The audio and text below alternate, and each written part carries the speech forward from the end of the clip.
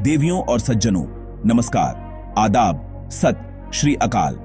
कौन बनेगा करोड़पति के इस मंच पर ज्ञान और धनराशि की बातें तो रोज होती हैं, लेकिन आज हम एक ऐसे सवाल पर विचार करेंगे जो शायद हर किसी के मन में कभी न कभी जरूर आता है।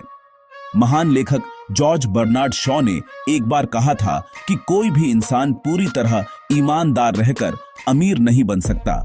यह बात सुनने में थोड़ी कड़वी लगती है, लेकिन क्या इसमें सच्चाई है? जब हम अपने आसपास, अपने समाज में नजर दौड़ाते हैं तो यह सवाल और भी गहरा हो जाता है। क्या वाकई दौलत का रास्ता बेईमानी की गलियों से होकर ही गुजरता है, या यह सिर्फ एक भ्रम है, एक सोच है जो हमें सच से दूर ले जाती है? यह प्रश्न केवल धन कमाने तक सीमित नहीं है, बल्कि यह हमारी सामाजिक संरचना, हमारी नैतिकता और हमारे मूल्यों से जुड़ा हुआ है। हम अक्सर देखते हैं कि जो लोग रातों रात सफलता की सीढ़ियां चढ़ा जाते हैं, उनके पीछे कई अनकही कहानियां होती हैं। भ्रष्टाचार, टैक्स की चोरी, नियमों को ताक पर रखना, ये सब बातें आम हो चुकी हैं। ऐसा लगने लगा है मानो ईमानदारी एक बोझ है और बेईमानी एक जरूरत। लोग कहते हैं कि सीधे पैड पहले काटे जाते हैं। क्या समाज में भी सीधे और सच्चे इंसान पीछे रह जाते हैं? यह एक ऐसा चक्रव्यूह है जिसमें हम सब फंसे हुए हैं और इसका जवाब ढूंढना बहुत जरूरी है। अक्सर लोग तर्क देते हैं कि व्यापार में थोड़ा बहुत झूठ तो चलता है, इसे स्मार्टनेस का नाम दिया जाता है, लेकिन यह थोड़ा बहुत कब बहुत ज्यादा बन जाता है, इसका पता ही नहीं चलता। यह एक फिसलन भरी ढलान है जहां एक बार पैर फिसल जाए तो संभलना मुश्किल हो जाता है। समाज में जब बेईमानी को स्वीकार्यता मिलने लगती है तो ईमानदार व्यक्ति अकेला महसूस करने लगता है। उसे लगने लगता है कि क्या वह गलत रास्ते पर है, क्या उसे भी भीड़ का हिस्सा बन जाना चाहिए। यह द्वंद्व हर उस इंसान के मन में चलता है जो अपने सिद्धांतों पर जीना चाहता है, लेकिन व्यवस्था उसे ऐसा करने से रोकती है। तो सवाल फिर वहीं आकर खड्डी ढा हो जाता है। क्या सच में बिना बेईमानी के धनवान होना संभव नहीं है? शायद इसका जवाब हां या ना में नहीं दिया जा सकता। यह हमारे समाज की उस सच्चाई को दिखाता है जहां सत्य और भ्रम के बीच की रेखा बहुत धुंधली हो चुकी है। हम एक ऐसे दौर में जी रहे हैं जहां जो दिखता है वो होता नहीं और जो होता है वो दिखता नहीं। इस खेल में सत्य अक्सर हारता हुआ नजर आता है, लेकिन क्या हमें इस हार को स्वीकार कर लेना चाहिए या फिर उस सत्य की खोज करनी चाहिए जो हमें इस भ्रम से बाहर निकाल सके? आइए आज इसी यात्रा पर आगे बढ़ते हैं। देवियों और सज्जनों, हमारे समाज की आज की सच्चाई को समझने के लिए हमें इतिहास के पन्नों को पलटना होगा। भारत पर लगभग 200 वर्षों तक ब्रिटिश हुकूमत ने राज किया। उन्होंने सिर्फ हमारी जमीन पर ही कब्जा नहीं किया, बल्कि हमारी सोच, हमारी संस्कृति और हमारी व्यवस्था पर भी एक गहरी छाप छोड़ दी, जिसकी परछाई आज भी हमारे साथ चलती है। उनकी फूट डालो और राज करो की नीति ने हमारे समाज को तोड़ ढा। उन्होंने हमें भाषा के आधार पर, धर्म के आधार पर और जाति के आधार पर बांटने का काम किया, ताकि हम कभी एक होकर उनके खिलाफ खड़ी रीढ़े न हो सके। इसका असर यह हुआ कि हम एक दूसरे पर शक करने लगे, जो आज भी कहीं न कहीं हमारे समाज में मौजूद है। अंग्रेज अपने साथ एक नई प्रशासनिक व्यवस्था लेकर आए। उन्होंने कानून बनाए, अदालतें बनाई, पुलिस व्यवस्था बनाई।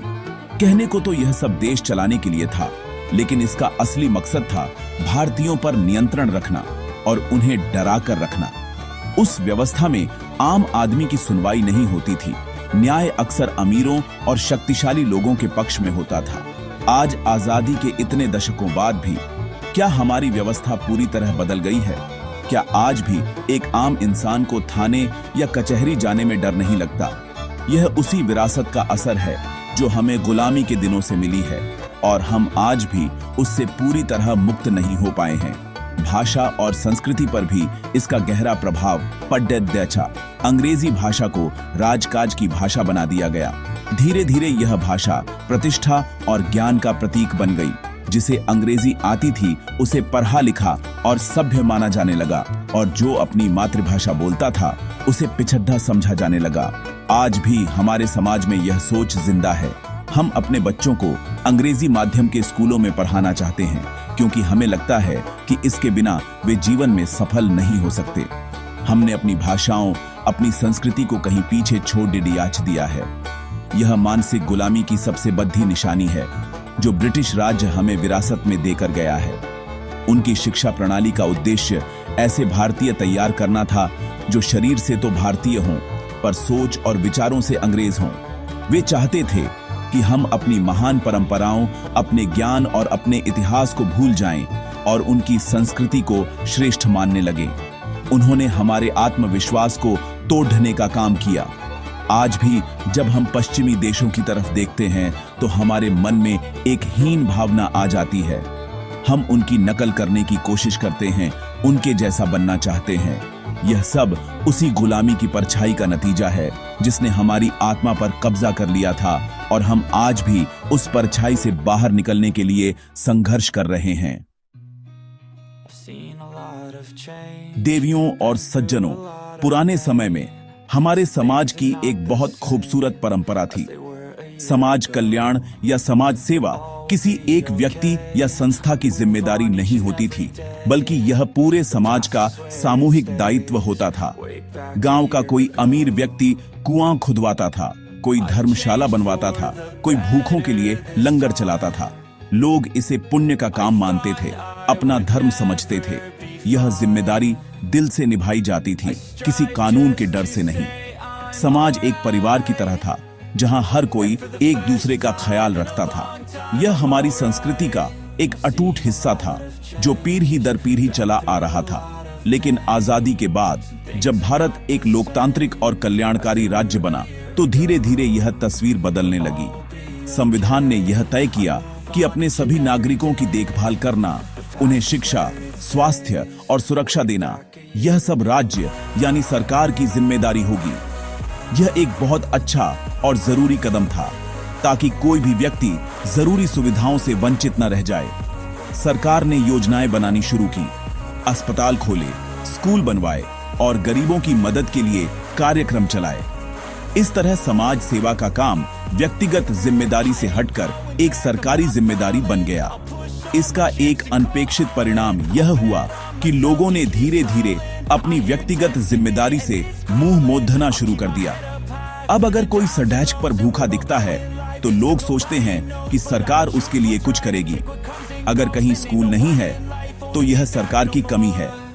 हमने समाज की हर समस्या का समाधान सरकार में ढूंढना शुरू कर दिया। जो काम पहले लोग मिलकर अपनी इच्छा से करते थे, अब वह सिर्फ एक सरकारी फाइल बनकर रह गया।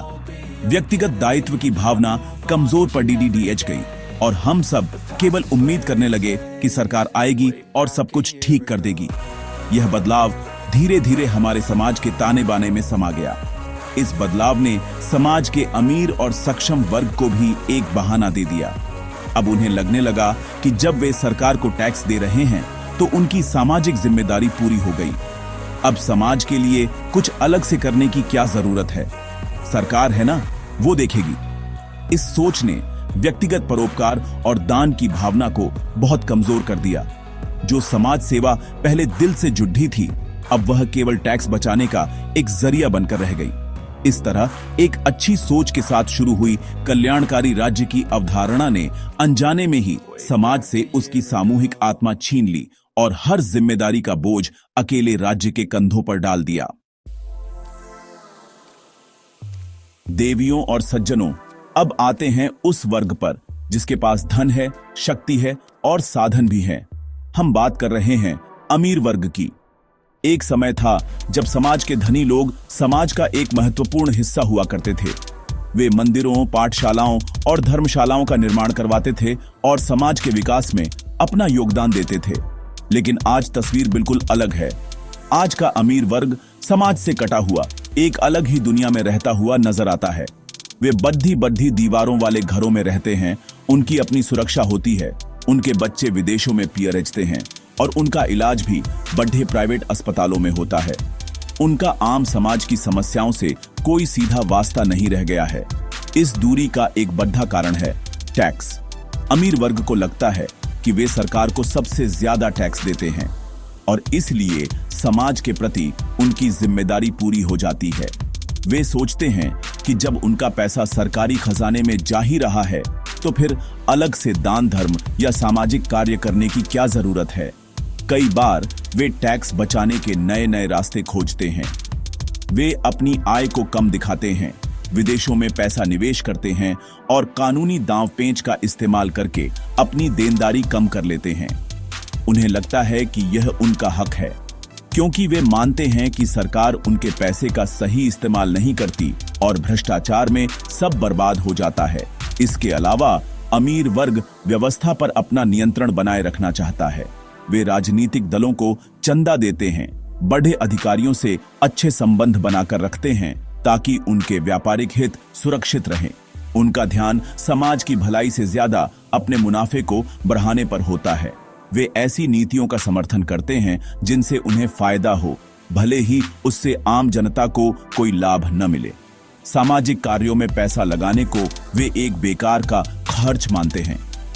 उनके लिए समाज सेवा का मतलब अक्सर सिर्फ अपनी छवि चमकाना होता है, न कि सच में किसी की मदद करना। वे बड़े बड़े चैरिटी इवेंट्स करते हैं, लेकिन उसका असली मकसद अपनी ब्रांडिंग करना होता है। दान धर्म से उनकी दूरी का एक और कारण है विश्वास की कमी। उन्हें लगता है कि अगर वे किसी संस्था को दान देंगे तो वह पैसा जरूरतमंदों तक पहुंचेगा भी या नहीं, इसकी कोई गारंटी नहीं है। भ्रष्टाचार ने हर जगह अपनी जड़ें जमा ली हैं और इस वजह से अच्छी नीयत वाले लोग भी मदद करने से हिचकिचाते हैं। वे किसी पर भरोसा नहीं कर पाते। इस तरह अपनी अलग थलग दुनिया, टैक्स बचाने की प्रवृत्ति, व्यवस्था पर नियंत्रण की इच्छा और विश्वास की कमी, इन सब कारणों ने मिलकर अमीर वर्ग को सामाजिक जिम्मेदारियों से बहुत दूर कर दिया है और समाज का एक बड़ा हिस्सा उनके समर्थन और सहयोग से वंचित रह गया है। देवियों और सज्जनों, लोकतंत्र को जनता का, जनता के लिए और जनता द्वारा शासन कहा जाता है, लेकिन आज के दौर में यह परिभाषा थोड़ी बदल सी गई है। अब लोकतंत्र एक ऐसा मंच बन गया है जहां नेता अपनी छवि बनाने और बचाने के लिए हर संभव कोशिश करते हैं। चुनाव जीतने के लिए उन्हें जनता का दिल जीतना होता है और इसके लिए वे बड़े बड़े वादे करते हैं। गरीबी हटाने का वादा, सबको नौकरी देने का वादा, मुफ्त बिजली पानी का वादा, ऐसे वादे जो सुनने में बहुत अच्छे लगते हैं लेकिन जिन्हें पूरा करना लगभग असंभव होता है। नेता जानते हैं कि जनता भावुक है और वादों का यह खेल उनकी भावनाओं को छूने का सबसे आसान तरीका है। चुनाव के समय हर नेता एक समाज सेवक की तरह नजर आता है। वे गरीबों की बस्तियों में जाते हैं, उनके साथ खाना खाते हैं, उनकी समस्याओं को सुनते हैं और उन्हें यकीन दिलाते हैं कि अगर वे जीत गए तो सब कुछ बदल देंगे। यह सब उनकी छवि बनाने की एक मजबूरी है। उन्हें पता है कि अगर वे जनता से जुदा हुआ नहीं दिखेंगे तो जनता उन्हें वोट नहीं देगी। इसलिए वे ऐसी योजनाओं की घोषणा करते हैं जो लोकप्रिय हों, भले ही वे देश की अर्थव्यवस्था के लिए अच्छी न हों। मुफ्त में चीजें बांटने की राजनीति इसी छवि बनाने के खेल का एक हिस्सा है, जहां दूरगामी विकास की जगह तात्कालिक लाभ को प्राथमिकता दी जाती है। एक बार चुनाव जीत जाने के बाद इन वादों और योजनाओं का विश्लेषण करना जरूरी हो जाता है। कई योजनाएं सिर्फ कागजों पर ही रह जाती हैं। उनका बजट तो पास होता है, लेकिन भ्रष्टाचार की वजह से वह पैसा सही जगह तक पहुंच ही नहीं पाता। कुछ योजनाएं शुरू तो होती हैं, लेकिन उनमें इतनी खामियां होती हैं कि आम आदमी को उनका कोई फायदा नहीं मिलता। नेता अक्सर उन योजनाओं पर ज्यादा ध्यान देते हैं जिनसे उन्हें राजनीतिक लाभ मिलता है, यानी जिनसे उनकी छवि और मजबूत होती है। शिक्षा और स्वास्थ्य जैसे जरूरी मुद्दों पर उतना ध्यान नहीं दिया जाता, क्योंकि उनका असर दिखने में समय लगता है और उनसे तुरंत वोट नहीं मिलते। इस पूरे खेल में सच्चाई कहीं खो जाती है। नेता अपनी छवि को सत्य से ज्यादा महत्व देते हैं। वे आंकड़ों का ऐसा जाल बुनते हैं जिससे लगे कि देश बहुत तरक्की कर रहा है, भले ही जमीनी हकीकत कुछ और हो। मीडिया का इस्तेमाल भी अपनी छवि को चमकाने के लिए किया जाता है। जो पत्रकार मुश्किल सवाल पूछते हैं, उन्हें दरकिनार कर दिया जाता है। लोकतंत्र का यह मंच अब वादों, योजनाओं और छवि के एक ऐसे चक्रव्यूह में फंस गया है जहां सच और झूठ के बीच का फर्क करना आम आदमी के लिए बहुत मुश्किल हो गया है। और इस खेल में नुकसान हमेशा उसी जनता का होता है जिसके नाम पर यह पूरा शासन चलाया जाता है। देवियों और सज्जनों, किसी भी देश को चलाने के लिए पैसे की जरूरत होती है और यह पैसा आता है टैक्स से। टैक्स वह माध्यम है जिससे सरकार SDDDHK बनाती है, अस्पताल चलाती है, सेना को मजबूत करती है और गरीबों के लिए योजनाएं लाती है। लेकिन इस टैक्स व्यवस्था का जो ताना बाना है वह बहुत जटिल है और अक्सर असमानता से भरा हुआ है। जब हम इस व्यवस्था को एक आम आदमी, एक गरीब, एक बुजुर्ग या एक बीमार व्यक्ति के दृष्टिकोण से देखते हैं तो इसकी सच्चाई और भी स्पष्ट हो जाती है। एक आम वेतनभोगी कर्मचारी जो अपनी मेहनत की कमाई से घर चलाता है, उसे अपनी आय का एक बड़ा हिस्सा इनकम टैक्स के रूप में देना पड़ता है। उसके पास टैक्स बचाने के ज्यादा रास्ते नहीं होते। वहीं दूसरी तरफ एक गरीब आदमी जो देहाती मजदूरी करके अपना पेट पालता है, वह सीधे तौर पर इनकम टैक्स तो नहीं देता, लेकिन वह हर उस चीज पर टैक्स देता है जो वह खरीदता है। एक माचिस की डिब्बी से लेकर साबुन की टिकिया तक हर चीज पर अप्रत्यक्ष कर यानी इनडायरेक्ट टैक्स लगा होता है। इस टैक्स का बोझ अमीरों के मुकाबले गरीबों पर कहीं ज्यादा पड़ी दिखता है। एक अमीर व्यक्ति के लिए किसी सामान पर दिया गया टैक्स उसकी आय का बहुत छोटा हिस्सा होता है, लेकिन एक गरीब के लिए वह उसकी दिन भर की कमाई का एक महत्वपूर्ण हिस्सा हो सकता है। यह असमानता हमारी टैक्स व्यवस्था की सबसे बड़ी और कड़वी सच्चाई है। अब सोचिए एक बुजुर्ग व्यक्ति के बारे में जिसने अपनी पूरी जिंदगी काम करके कुछ पैसे बचाए हैं ताकि उसका बुढ़ापा आराम से कट सके। उसे अपनी पेंशन पर, अपनी बचत पर मिले ब्याज पर भी टैक्स देना पड़ता है। उसकी दवाइयों का खर्च बढ़ता जाता है, लेकिन टैक्स की मार कम नहीं होती। इसी तरह एक बीमार व्यक्ति जो पहले से ही अपनी बीमारी के इलाज पर हजारों लाखों रुपए खर्च कर रहा है, उसे दवाइयों और अस्पताल के बिल पर भी GST देना पड़ता है। यह ऐसा लगता है मानो व्यवस्था कह रही हो कि बीमार होना भी एक गुनाह है। सार्वजनिक खर्च का लाभ उन तक पूरी तरह पहुंच नहीं पाता, लेकिन टैक्स का बोझ उन्हें उठाना ही पड़ता है। सरकार कहती है कि इस टैक्स के पैसे से ही सार्वजनिक सुविधाओं का विकास होता है, लेकिन जब एक आम आदमी टूटी फूटी सड़कों पर चलता है, सरकारी अस्पताल में लंबी लाइनों में खड़ा होता है या अपने बच्चों को एक अच्छे सरकारी स्कूल में नहीं पढ़ा पाता, तो उसके मन में यह सवाल उठता है कि आखिर उसका पैसा जा कहां रहा है। उसे लगता है कि व्यवस्था सिर्फ उससे लेना जानती है, देना नहीं। यह टैक्स का ताना बाना एक ऐसे जाल की तरह है जिसमें छोटी मछलियां यानी आम आदमी तो आसानी से फंस जाती हैं, लेकिन बड़ी मछलियां यानी अमीर और शक्तिशाली अक्सर बचकर निकल जाती हैं। देवियों और सज्जनों, हजारों साल पहले जब आज की आधुनिक सभ्यता का कोई नामो निशान नहीं था, तब हमारे ऋषियों मुनियों ने वेदों की रचना की। वेद सिर्फ धार्मिक ग्रंथ नहीं है, बल्कि वे ज्ञान का भंडार हैं जो हमें जीवन जीने का सही मार्ग दिखाते हैं। इन 4 वेदों में से एक है सामवेद। सामवेद को भारतीय संगीत का मूल स्रोत माना जाता है। इसकी अर्चाई यानी मंत्र गेय रूप में है, उन्हें गाया जा सकता है। लेकिन सामवेद सिर्फ संगीत के बारे में नहीं है, यह हमें सत्य, कर्म और नैतिकता का पाठ भी पढ़ाता है। यह हमें बताता है कि सत्य की शक्ति क्या है और क्यों हमें हमेशा सत्य के मार्ग पर चलना चाहिए। सामवेद की रचनाओं में बार बार इस बात पर जोर दिया गया है कि सत्य ही ईश्वर है और सत्य ही अंतिम विजय प्राप्त करता है। एक मंत्र कहता है, सत्यमेव जयते नानृतम, जिसका अर्थ है सत्य की ही जीत होती है, झूठ की नहीं। यह वाक्य आज हमारे राष्ट्रीय प्रतीक का भी हिस्सा है, लेकिन क्या हम इसके असली अर्थ को अपने जीवन में उतार पाए हैं? सामवेद सिखाता है कि सत्य केवल बोलना नहीं है, बल्कि सत्य को जीना है। हमारे कर्म, हमारे विचार और हमारी वाणी तीनों में सत्य का वास होना चाहिए।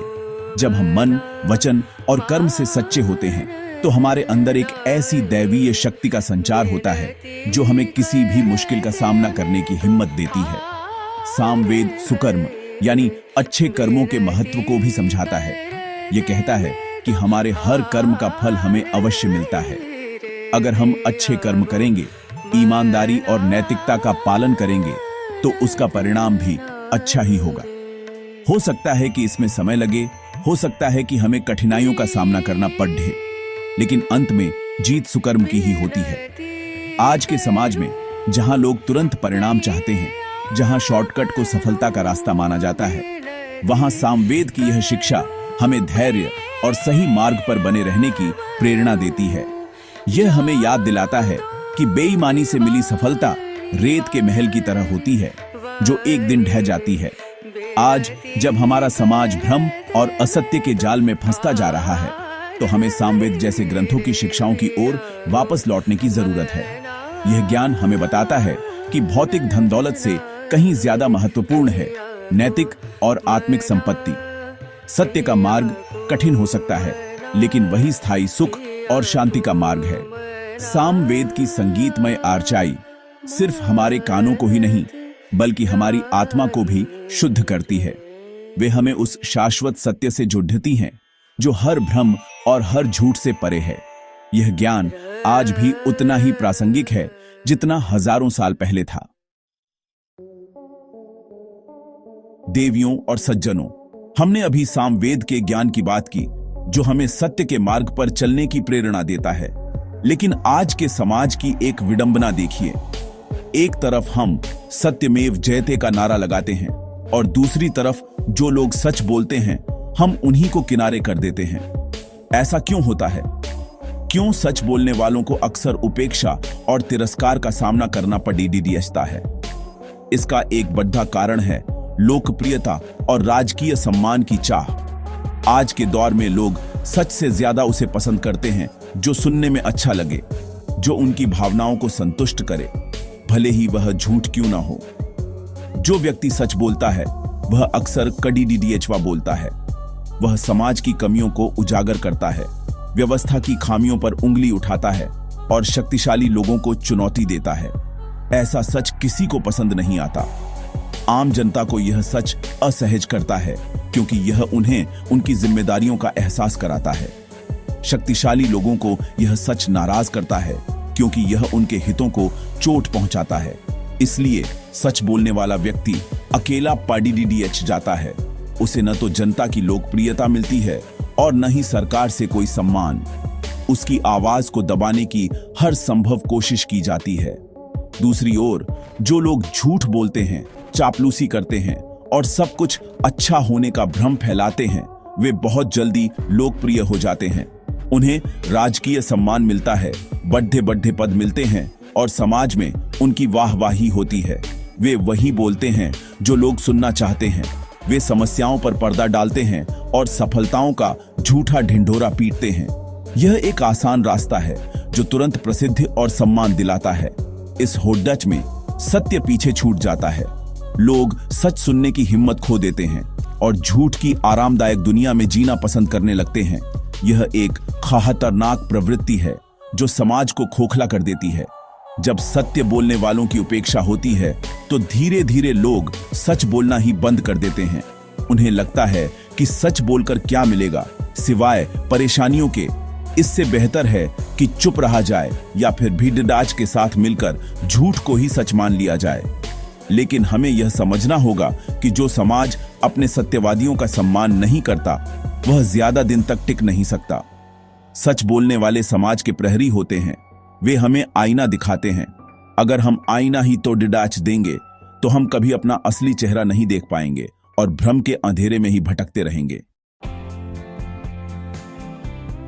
देवियों और सज्जनों, आज की हमारी इस चर्चा के अंतिम पड़ीडी ढाव पर हम आ पहुंचे हैं। हमने समाज के कई पहलुओं पर बात की, धन और ईमानदारी के रिश्ते से लेकर ब्रिटिश विरासत तक, और टैक्स की असमानता से लेकर सत्य बोलने की सजा तक। इन सब बातों से एक ही निष्कर्ष निकलता है, हमारा समाज आज असत्य और भ्रम के एक गहरे संकट से गुजर रहा है।